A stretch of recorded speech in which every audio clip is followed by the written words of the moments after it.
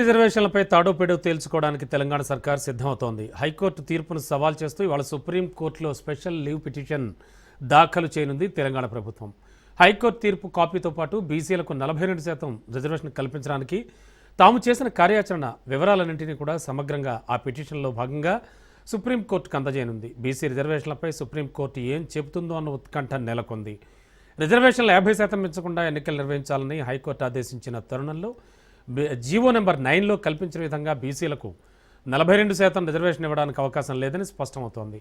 ఎట్టి పరిస్థితుల్లో బీసీలకు 42% రిజర్వేషన్లను కల్పిస్తూనే ఎన్నికలకు వెళ్లాలని రాష్ట్ర మంత్రివర్గం కాంగ్రెస్ పార్టీ అభిప్రాయపడుతున్న నేపథ్యంలో సుప్రీంకోర్టును ఆశ్రయించాలని నిర్ణయానికి వచ్చారు. సుప్రీంకోర్టులో పిటిషన్ విషయంపై ముఖ్యమంత్రి రేవంత్ రెడ్డి ప్రత్యేకంగా దృష్టి సారించారు. ఎప్పటికప్పుడు న్యాయ నిపుణులు, అడ్వకేట్ జనరల్తో పాటు పలువురు నిపుణులతో చర్చించారు. CM Revanth, TPCC chief Mahesh Kumar Goud, AICC incharge Meenakshi Natarajan, మంత్రులు భట్టి విక్రమార్క, పొన్నం ప్రభాకర్, సుప్రీంకోర్టు న్యాయవాది అభిషేక్ మను సింఘ్వి జూమ్ మీటింగ్లో సుదీర్ఘంగా మాట్లాడారు.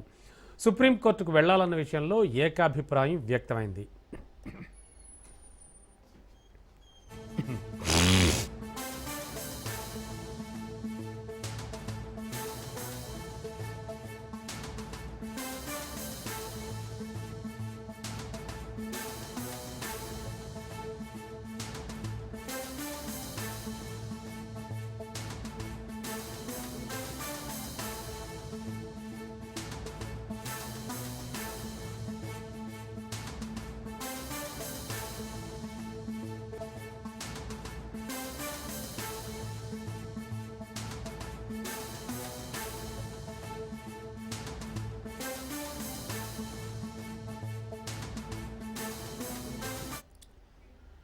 బీసీలకు 42% రిజర్వేషన్లు సాధించుకోవాల్సిందే అని పట్టుదలతో ఉన్న రాష్ట్ర మంత్రివర్గం ఈ అంశంపై చర్చించడానికి నెల 16న సమావేశమవుతోంది.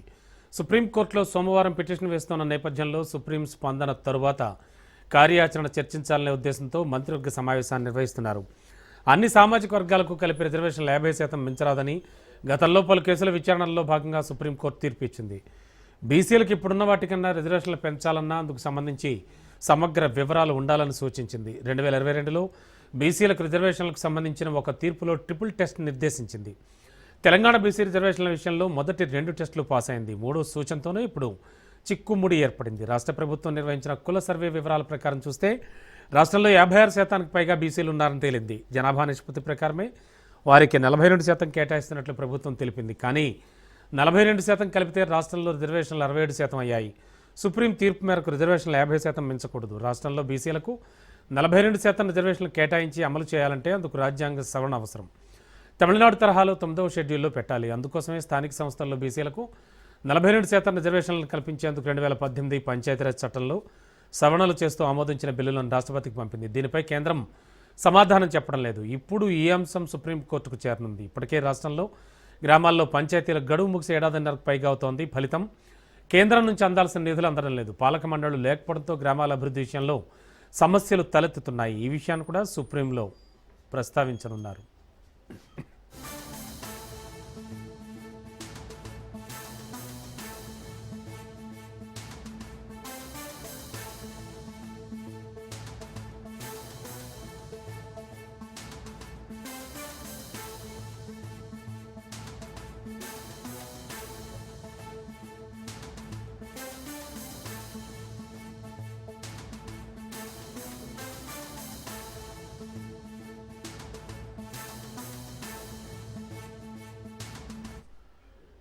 ఇదే అంశానికి సంబంధించి లేటెస్ట్ ఇన్ఫో అందించడానికి మా కరెస్పాండెంట్ పవన్ సిద్ధంగా ఉన్నారు. పవన్, ఎట్టి పరిస్థితుల్లో సుప్రీంకోర్టులో పిటిషన్ వేయాలనుకుంటోంది ప్రభుత్వం, పూర్వాపరాలేమిటి?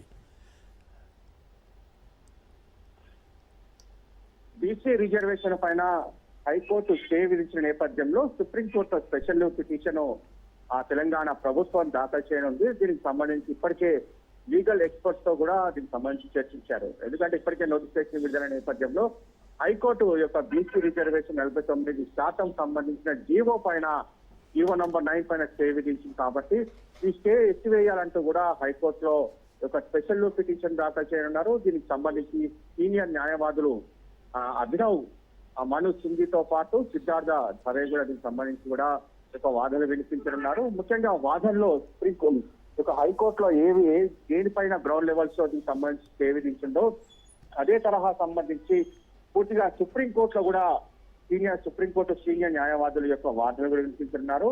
అయితే ముఖ్యంగా చూస్తే మాత్రం ప్రధానంగా ఇప్పటికే ఎన్నికల నోటిఫికేషన్ కూడా విడుదలైంది కాబట్టి దీనికి సంబంధించి ఎక్కడా కూడా దీనికి సంబంధించి తాము 50% రిజర్వేషన్ దాటలేదని చెప్పి కూడా ప్రభుత్వం చెప్తుంది. కానీ దీనికి సంబంధించి బీసీ రిజర్వేషన్ అంటే బీసీ సంబంధించిన కులగణ అంకాల ప్రకారమే 42% రిజర్వేషన్ కల్పించామంటూ కూడా ఎక్కువ వాదనలు వినిపించింది. అయితే మొత్తం టోటల్ గా చూస్తే మాత్రం 50% కంటే ఎక్కువగా ఈ యొక్క రిజర్వేషన్ సంబంధించి కూడా పూర్తిగా ఉందంటూ కూడా ఒక హైకోర్టులో యొక్క పిటిషన్ దాఖలు చేసిన నేపథ్యంలో దీనిపైన వాదనలు కొనసాగిన నేపథ్యంలో ఇందులో కులగణాంకాల ప్రకారమే సంబంధించి తాము ఈ యొక్క రిజర్వేషన్ ప్రకటించామని చెప్పి తెలంగాణ ప్రభుత్వం తరఫున కూడా వాదనలు వినిపించిన కానీ హైకోర్టు మాత్రం పిటిషన్ సంబంధించిన వాదనలను ఏకీభవిస్తూ వారి యొక్క స్టే కూడా విధించింది. దీనిపైన సుప్రీంకోర్టులో ఈ రోజు ఏ విధమైన వాదనలు వినిపిస్తారు, దీనికి సంబంధించి హైకోర్టులో వినిపించిన వాదనలకు డిఫరెంట్ గా ఈ యొక్క వాదనలు వినిపిస్తారా,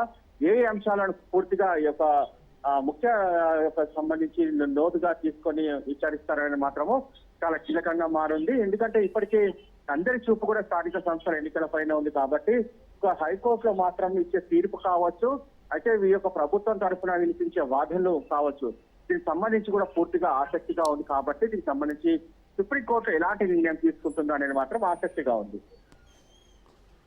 ఓకే, థ్యాంక్ యూ భవన్.